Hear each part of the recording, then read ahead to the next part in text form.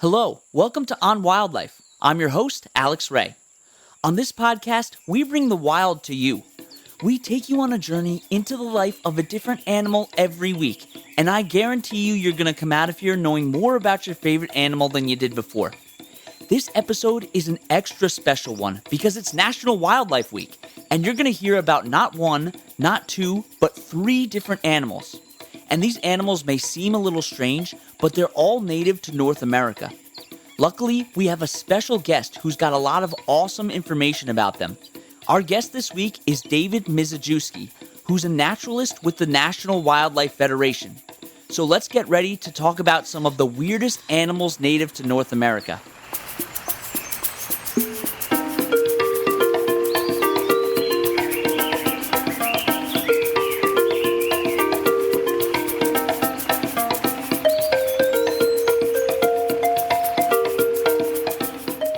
National Wildlife Week has been celebrated for over 80 years, and its main focus is to spark a love for our Earth's wildlife in everyone, and in turn, making people care about some of our most vulnerable species.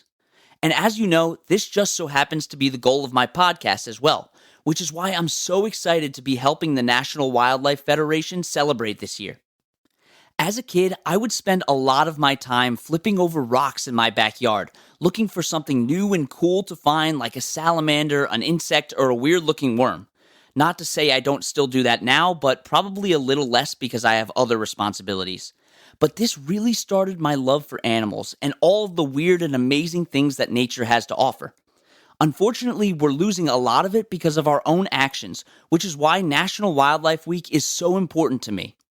And normally I do a little intro on the animal that I talk about with my guests, but this time I wanted to leave it as a complete surprise, and you don't want to miss this interview.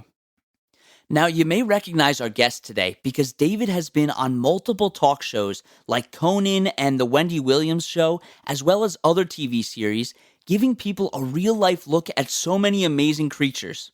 As I said earlier, he's a naturalist for the National Wildlife Federation, and he's got a lifelong passion for animals. Not to mention, he has an extensive knowledge of the animal kingdom. So now, let's get into the interesting world of American wildlife after the break.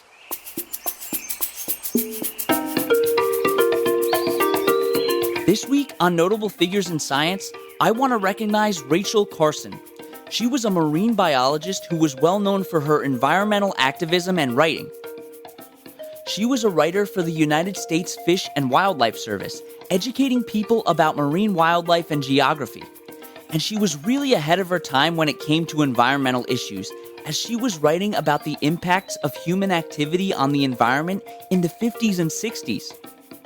But one of the things that she's most well known for is advocating against the use of harmful pesticides that the United States was using, like DDT. She knew that it was harming wildlife and wanted other people to know about it too. She was one of the best nature writers of her time. And if you want to learn more about Rachel Carson or this series, check out onwildlife.org.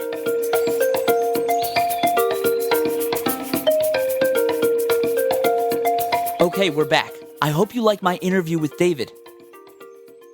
Hi, David. Thank you so much for coming on to the podcast. I can't wait to hear about all these weird animals that you're going to talk about. How are you doing? I'm doing really well. I'm excited. I'm excited to be here. It's National Wildlife Week, and I am a lifelong nature geek. And so getting to just chat with you about some of these really interesting species that we have here in America is like the highlight of my day. So, Oh, I'm totally with you. I can't wait. I really can't. So first, before we get into those animals, can you just tell me a little bit about yourself and how you became interested in animals? absolutely. Yeah. So, like I just said, I'm a lifelong nature geek. I grew up, I was one of those kids that spent all my time running around in the woods and catching frogs and climbing trees and, driving my poor parents crazy, coming home covered in mud and poison ivy and everything. And, ever since I was a kid, I knew I wanted to do something with my life that had to do with animals or nature. And so, did a bunch of stuff as a kid. I was a junior naturalist and eventually went to school and got a degree in human and natural ecology and sort of launched my career as a naturalist, which if people don't know, a naturalist is pretty much just somebody who has a deep knowledge of nature.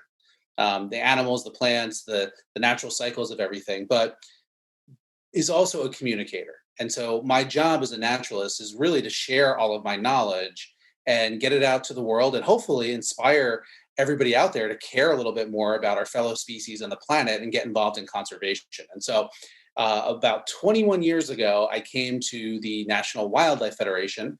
And the National Wildlife Federation is one of the oldest and largest conservation groups here in the US. We've been around since 1936. Some of you might have grown up reading Ranger Rick magazine. That's the National Wildlife Federation. Oh, well. And we do all sorts of conservation work. We do a lot of policy work, fighting for good legislation that is going to keep our wildlife and our air and our water resources clean.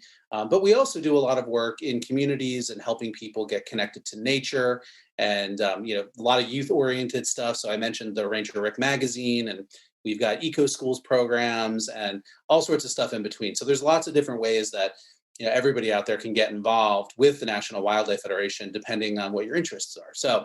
So that's where we are. That's a little bit about me, and this week we're celebrating wildlife, the unique and strange wildlife of North America. Yeah, that's so awesome. And let's get into that. So you're going to talk to me about three different animals today. So the first animal is the red wolf. What makes them different from the gray wolf that most of us know about? So red wolves are the second species of wolf that we have in North America. And I kind of think of them a little bit of as like the Jan Brady of the animal world, because they're completely overshadowed by their sort of more well-known, sibling, which is the gray wolf. Now, when you think of wolves, you're thinking of the gray wolf, these kind of shaggy gray brown, maybe white if it's the Arctic wolf, that howls and lives in big packs and hunts bison and elk and things like that. And the red wolf is a completely different species. So there's lots of different subspecies of gray wolf, right? Again, the Arctic wolf and all that kind of stuff. But the red wolf is the species of wolf that historically was found in sort of the southeastern United States. And it's got kind of a sad story. And this is one of the reasons why it's interesting and unique, and that most people don't even know about it, because we human beings wiped them out for the most part.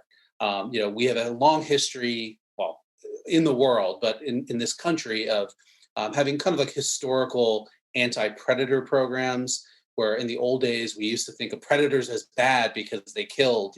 We kind of really anthropomorphized the animal behavior and judged it the way that we would judge humans who go out and kill. Therefore, they're bad. We should get rid of them. Nowadays, we have a much better understanding of the ecological importance of predators. So a lot of that sentiment still exists, but every year we get a little bit more aware of why we should be protecting predators and restoring them to the landscape. So red wolves, like many other predators, were hunted out. There were bounties on them. We altered a lot of their habitat. We cut down all the forests. We got rid of all their prey. And so they gradually declined. And by the 1980s, there was only one small population of red wolves left in the wild down in Louisiana. Oh, wow.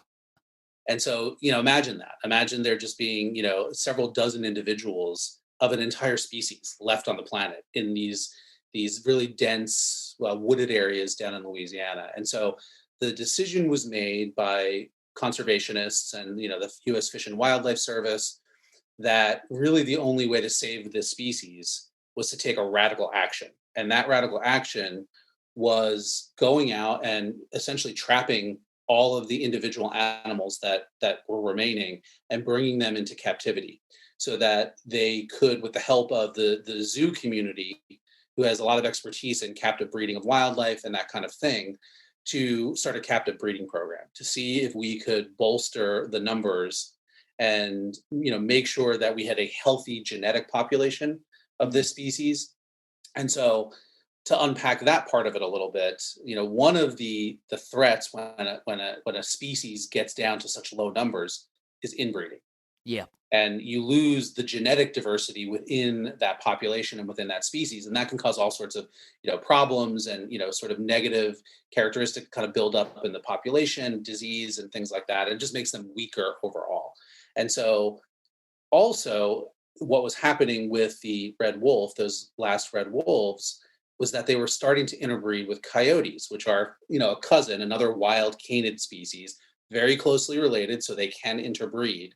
And so the red wolves were basically beginning to be, to be interbreeding themselves into extinction, because there's way more coyotes, and the coyotes were starting to interbreed, and more of the quote unquote red wolves had more and more coyote genetics in them.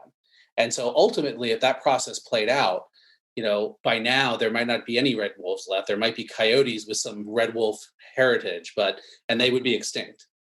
So in the 80s, all of those remaining wild red wolves were captured, and the testing was done on them to figure out which individuals were kind of the actual red wolves and they weren't hybrids. And those individuals were put into the captive breeding programs. And today, I don't know the exact number off the top of my head how many exist in the captive population, but there's a good number of red wolves, again, being cared for and managed and in the captive breeding programs and zoos across America. But there's one wild population that has been reintroduced from the captive bred population, and that is in the Alligator National Wildlife Refuge in North Carolina. So, as I mentioned, red wolves historically were found all across the southeastern states. So even though that last population in the wild was found in Louisiana, the descendants of them that were bred in captivity were released in North Carolina, because that was where we had some really great habitat, lots of space for them. And so today there is a wild breeding population of red wolves. That's so awesome and interesting. It kind of shows you that it's not really ever too late if we want to help some animals, because there are a lot of animals like the red wolf that are struggling right now. That's Yeah. absolutely right. And I'm glad you brought that up too, because, really we do know how to protect and restore wildlife. And we have a lot of great examples of it, particularly with game species, species that, sort of have a commercial value because of, hunting and fishing. And, a lot of our game species almost disappeared as well, in the last century, because we didn't have regulated, managed, science-based, hunting and fishing programs, which we have today. And so, the biologists have figured out, like we can continue to hunt and fish certain species as long as we do it the right way, and their populations can be very healthy. And that's the case with, again, a lot of, deer and elk and a lot of these, game species. But with a non-game species, we haven't devoted oftentimes as much attention or frankly funding. And, one of the big things that the National Wildlife Federation is talking about right now is a piece of legislation called the Recovering America's Wildlife Act. And the whole design of this is to provide a little bit of additional funding from existing funding sources, so like not new taxes or anything like that. That's to be focused on some of these non-game species, and to use the same tactics and techniques to conserve and restore them that we've had success with the game species, and devote a little bit more funding to these non-game species so that we can have those same successes. So again, conservation works. People just have to support it, and they have to, we have to have politicians that support it. And so if anybody wants to find out more about that, you can just Google Recovering America's Wildlife Act, and there's lots more information on it. Yeah, absolutely. And that kind of just shows you how important education is for environmentalism, because if we can help people understand how we're doing this, and understand the policies that we're trying to make, we can kind of have less pushback and really get to work helping these animals. Absolutely. And the red wolf, by the way, still needs our help. They are still listed under another piece of important wildlife legislation, the Endangered Species Act, as critically endangered. And currently, there's only around 10 individuals in that wild population. Oh, geez. And they face a lot of problems, because a lot of people still don't like wolves. And there's a Yeah. lot of people that are happy to, sort of go out, and the unfortunate phrase is shoot, shovel, and shut up. There's still a lot of myths about wolves being dangerous to people, or that they're just going to go out and ravenously kill all of your pets and your livestock. And there can be sometimes conflicts with predators, and we have good ways, win-win solutions to those. And so again, it's just about trying to educate people as much as possible to dispel these myths, get public support. And our state affiliate down in North Carolina, the North Carolina Wildlife Federation, is doing great work on that. And so if you're in North Carolina and listening, definitely check out North Carolina Wildlife Federation and see if you can support their efforts, because we can have a world where, we have people, but we also have healthy red wolf populations. It's just our choice. Uh-huh. Yeah, and I would like to live in that world where we can coexist. So the next animal that we're going to talk about is the javelina.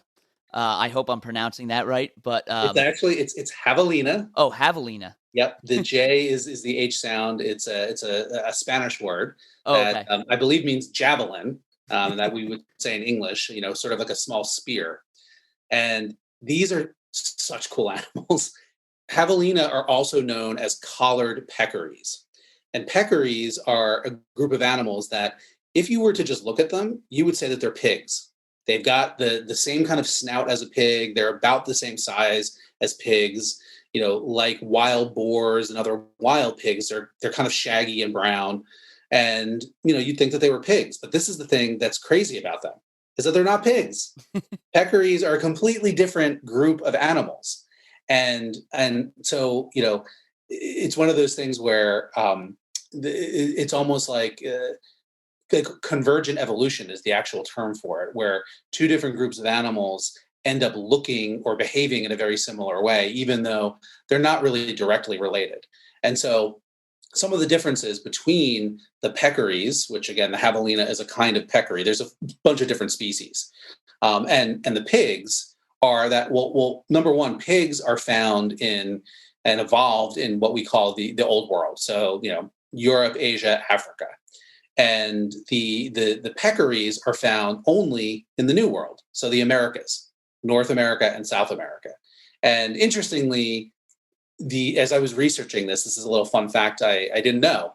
Naturalists, we learn every day as well, and that it looks like the peccaries actually also evolved in the old world, and they were one of the groups of animals that sort of migrated into the Americas over like the Bering Land Bridge. So a lot of different animals that we think of as sort of being from one part of the world today or another actually started out elsewhere. We used to have lions and llama and camels and zebra and cheetah here in North America. And so it's kind of interesting. But anyway, the peccaries really became established and diversified in the Americas. And they're mostly today found in sort of Central and South America. But the javelina is a species that ranges as far north as the United States. Now, you're not going to find them in Maine or in North Dakota or in Florida. But if you live in the desert Southwest, if you live in certain parts of Arizona or New Mexico or West Texas, you know what a javelina is because they're common there. And in fact, they're kind of like backyard wildlife. So if you're a desert Southwestern person, you're probably listening and being like, yeah, there's nothing great or special about javelina. In fact, they can kind of be pests in the garden because they get in and they root around and everything. But going back to the differences between the peccaries and the pigs, they're found in different parts of the world, but they actually are very different. They have a different digestive tract internally. They have a different number of toes. Their teeth are different. The pigs have curved tusks, and the peccaries or javelina have straight tusks. And again, that's where the name javelina comes from, because it's kind of like a spear, a straight spear. In the peccaries, their ears are kind of backward facing against their body, whereas the pigs have ears that kind of stick up and face forward. Pigs have curly tails. The peccaries have a straight tail. It's almost non-existent. It's kind of like a hamster tail. You almost can't even see it. And so they're just, even though they look the same, and most people do think of them as pigs, they're not pigs at all. So if you want to be cool, it's the whole phrase peccary, not pig, when it comes to the javelina. But they're just really neat animals, I think. And I was saying, like, if in the desert Southwest, they can live in like our neighborhoods, and they will sometimes show up in yards. They're, it's kind of like a squirrel, except they weigh 50 pounds and they have giant tusks that can impale you. And so, but the message with that is, with all wildlife that kind of share our space, our neighborhoods and our towns, even our cities, if you follow the golden rule, and the golden rule is just if you don't ever try to pet or touch or pick up or feed a wild animal, your chances of being bitten or scratched or kicked or impaled on a tusk are pretty much zero. So, with javelina, if you do live in an area where they're common, don't feed them, don't let them get into your trash, and let them do their natural business. You do want to watch out with your dogs because one of the natural predators of the javelina are coyote, and the javelina do live in family groups, sort of herds, and they can be very territorial and defensive, especially if there's babies present. And so sometimes, if they see a dog and the dog is barking at them or chasing them, they'll turn around and go on the offensive. So, that's something to think about. But for the most part, if you leave them alone, they're going to be just fine. And for everybody else all across the country, look this animal up because they are just really, really neat and interesting and probably something that you had no idea lived in America. Yeah, absolutely. You should really look them up because they look like they kind of have fangs almost, which is really kind of creepy to see on a peccary or a pig-looking animal. So yeah, definitely look that up. And it's really important to know that most animals, they don't go out hunting for people. They're usually afraid of people, and if we mind our own business, they will probably mind their own business. I appreciate you saying that because that is absolutely true. And, most wildlife, sort of conflict situations, frankly, arise because people do stupid things. They tried to go out and pet the bison. They tried to get the selfie, with whatever animal it is. And even worse, people are going out there, trying to feed alligators and whatever. That's when people get into trouble.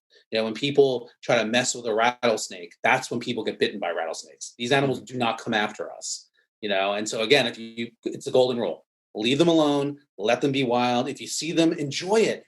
Enjoy this amazing wildlife, viewing opportunity that you just got, but give them their space. Don't approach them. And almost always, if you just do that, then there's not going to be any issue with any kind of wild animal. So, Yeah, absolutely. And so for this next animal, if you felt like javelina was an interesting name, we're going to talk about these animals called hellbenders, which they're another name for them is the snot otter. So can you talk a little bit about what kind of animal that might be? yeah, so we're shifting out of the mammal world. The first two animals, the red wolf and the javelina or collared peccary, they're mammals, right? So they're furry, they're a little bit more familiar and likable, I think, to us because we're mammals too. But this animal is a completely different category of animal. It's actually an amphibian. And I think most people know about frogs and toads and know that those animals are amphibians. But the other big group of amphibians that we have in North America are the salamanders. And salamanders, they're kind of they're lizard-like, although lizards are completely separate. They're reptiles, totally Uh-huh. different, right? But they've got four legs and a long tail and a long body for the most part. And lots of different salamander species. Some of them live on the land, and a lot of times, usually they're found in kind of moist environments. Amphibians like to have moist skin, and so they live in woodlands and they live under fallen logs and rocks where it stays nice and moist. Then there are a good number of aquatic species. Newts are a kind of salamander that live in freshwater ecosystems. And interestingly, something that, again, a lot of people probably don't know is that globally, the southeastern United States, particularly in sort of the mountainous regions, the Smoky Mountains and the Appalachians and the Ozarks, is a global hotspot for amphibian and specifically salamander biodiversity, meaning that we have an incredible diversity of all these different species of salamanders right here in America. We think of the tropical rainforests and the African savanna as these places where that's where all the wildlife abundance is. But for some groups of animals, it's right in our own backyards. So getting back to hellbenders, hellbenders are a kind of aquatic salamander species that are found again in those ecosystems that I just talked about. The sort of the sort of eastern part of the country, down sort of the mountainous regions. They extend as far north as, like, say, New York State, and then follow down again through the broader Appalachian mountain chain and go into sort of the kind of the western part of the southeast, into sort of Missouri and those states. And so There's two different subspecies of them, but they're pretty big. They can get to be almost a foot long. So that's pretty big for a Jeez. salamander in North America, anyway. There is a giant salamander that is found in Japan that looks very similar and is like the size of a German Shepherd. Oh, Hellbenders don't get that big, but they are so freaky looking. Okay, so they live in these freshwater streams, so pretty fast moving water. And because they're so big, if they, they could easily get swept away by the current. So their bodies are evolved to be pretty flat. So if you looked at a hellbender head on, I mean, it's pretty flat. They're only, maybe an inch or two big in thickness, body thickness, and then again, 10 or 12 inches long. So they're pretty flat, and that just makes them streamlined underwater. And where they live, they don't live up in the water column. They live on the floor, on the base of the stream bed, which in these streams with fast moving water, if they're healthy, their bottoms are kind of gravelly and rocky.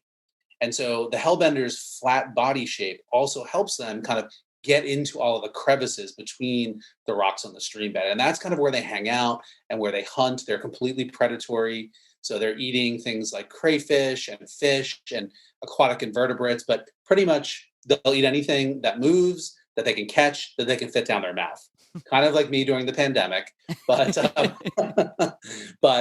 all amphibians are like that. They're all carnivorous, if you will. They eat other animals, and they're visual hunters, right? So something moves in front of them, and their first instinct is to just snap at it and try to gobble it down. And if it's small enough to fit down their throat, they eat it.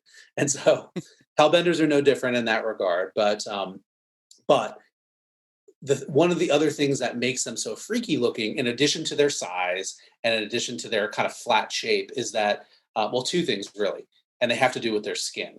So their skin itself looks like a stone. They're really camouflaged. If you were to look at a hellbender through the water, sitting on the stream bed of the rocks, like they're almost invisible.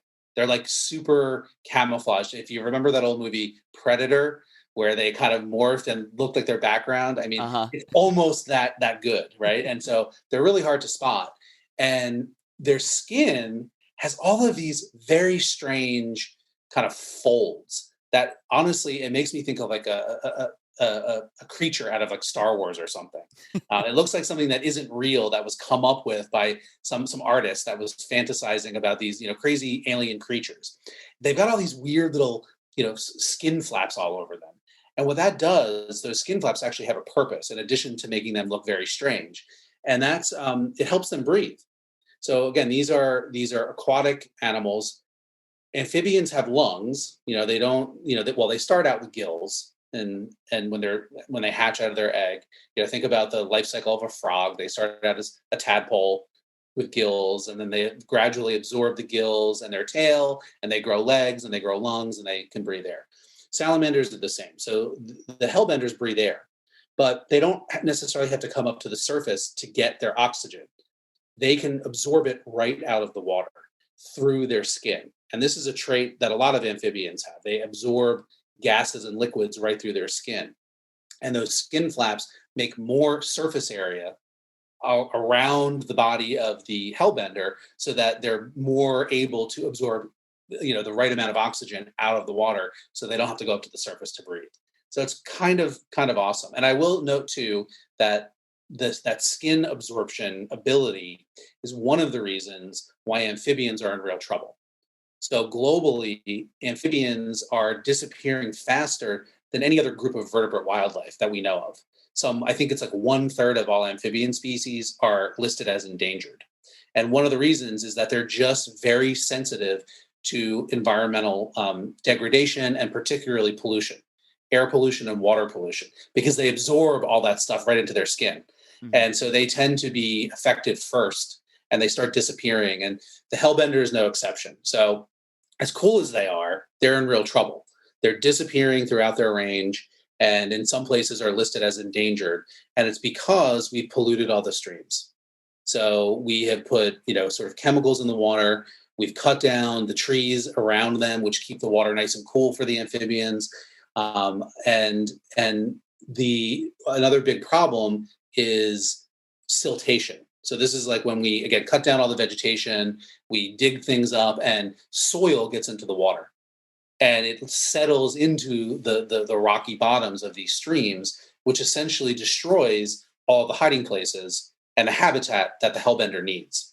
It's where they hide, it's where they hunt, and it's also where they lay their eggs. And so if you get a lot of sediment built into that is, kind of runoff from farm fields or from construction projects, if we don't protect these streams and keep the vegetation around it, which helps filter all that stuff out, then it can actually degrade the hellbender habitat. So a lot of the work that's going on right now to protect the hellbender is focused on, protecting those water resources. So again, the Clean Water Act, and then local level stuff, like just, making sure we have good regulations on construction and agriculture so that we can keep those water sources clean.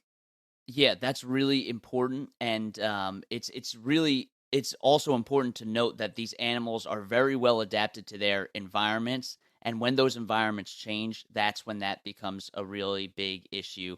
And animals can't really, many animals can't really adapt to changes the way that we do. Like if it gets too cold, then we just put a coat on. That's not really how the animal kingdom works.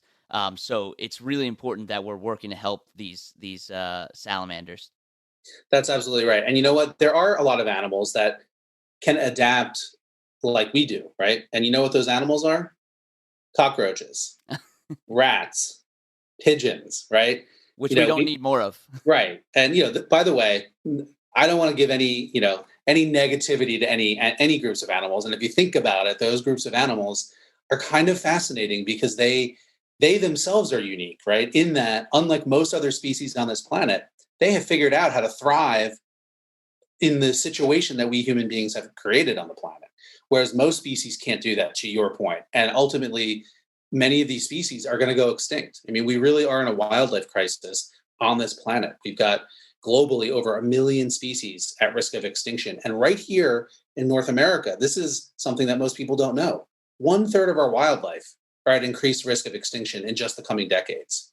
There's 12,000 species in North America that have been identified by biologists and wildlife managers in need of conservation help that are not listed as endangered yet. Wow. And so like there's a lot of species, and like we talked about a little bit earlier, we can save these species. We just have to make it a point and a priority, and we can do it with, again, existing funds. We just got to focus on it, and people need to show their support for it. And if we do that, we can save the hellbender. We can bring the red wolf back to a much wider swath of its old habitat than just this one spot in North Carolina. And we can continue to enjoy the javelina. And the javelina are not declining; they're not in trouble. That's actually, they're kind of in good shape. But like even conservation helps us keep these common species common. It benefits even species that aren't in trouble right now. And so anyway, that's what National Wildlife Week is all about for us. It's really something at the National Wildlife Federation that we do every year just to get people jazzed up about animals. I mean, most of us love animals to begin with. This is a week where we can really focus on them, celebrate them. And of course, our theme this year is these kind of unique, strange, weird wildlife. Uh-huh. And why do you think learning about these animals is important to their conservation? Well, there's that old saying that you only protect what you love and you only love what you know. And so one of our missions at the National Wildlife Federation is to help people learn about and know about these really cool animals. Because if you know something about them, then you're going to have a chance of caring about them. And that's when people are going to take action. And so it really all begins with just sharing information and sharing facts and knowledge. And in doing so, people learn a little bit more. And I think they can appreciate how cool these species are and why they deserve to be around and why it's so important to get involved in conservation efforts. And I'm hoping that folks that are listening are going to look up some of these animals, and they're going to look up the National Wildlife Federation and join up. I mean, there's so many different ways that people can get involved. We talked a little bit about supporting our legislative efforts. Maybe you're not into the policy and the politics and all of that. So, follow us on our social media sites, or over all the social media sites, Facebook, Twitter, Instagram, that kind of thing. And signal boost our messages. That's a great way to get involved. You can get a subscription to Ranger Rick magazine for your kids or your nieces or nephews or whomever. That supports our work. All of those subscriptions go right back into funding our work so that I can come on shows like yours and talk about all of this. So it's really all connected. There's lots of different ways to get involved. And in fact, we do have a pledge that we're hoping everyone will take. Oh, wow. That is up on our National Wildlife Week website, which is nationalwildlifeweek.nwf.org. And if folks go there, again, you can just also put that into your search engine, National Wildlife Week, and it'll come up. And we're just asking folks to take a simple pledge. No strings attached, but if you do it, it'll add your voice to what hopefully will be millions by the end of the week of people saying, we care about wildlife. We love wildlife. They're so cool. They're so weird. They're so strange. They belong on this planet. And we're going to help the National Wildlife Federation make sure that we have a future where these animals get to continue to exist. That's so awesome. I'm going to take that pledge, and I really encourage all of you guys who are listening right now to take it. And where can we find more information about the National Wildlife Federation in general? Well, just head to our website. It's a little bit of a shorter URL. It's just NWF, as in National Wildlife Federation, NWF.org. And the National Wildlife Week info is all posted right on our homepage there too. So yeah, I encourage folks to do that. And I appreciate you getting the word out and helping us spread the word about how awesome wildlife are. Absolutely. David, thank you so much for coming on to the show. I learned so much, and I really hope everybody who listens is inspired to enact some kind of change. That was such a cool interview. David taught me about 3 animals that I really didn't know a lot about at all, and I hope you learned a few things about them too. These animals are amazing, and some of them, like the red wolf, really need our help. If you care about preserving all animals around the world, I urge you all, please go take the pledge to protect wildlife. Remember, that website is nationalwildlifeweek.nwf.org. I already filled it out, and it only takes a few clicks. Thank you so much for coming on this adventure with me as we explored the world of weird American wildlife. You can find the sources that we used for this podcast and links to organizations that we reference at onwildlife.org. You can also email us with any questions at onwildlife.podcast@gmail.com. And you can follow us on Instagram at @on_wildlife and on TikTok at @onwildlife. Don't forget to tune in next Wednesday for another awesome episode. And that's On Wildlife.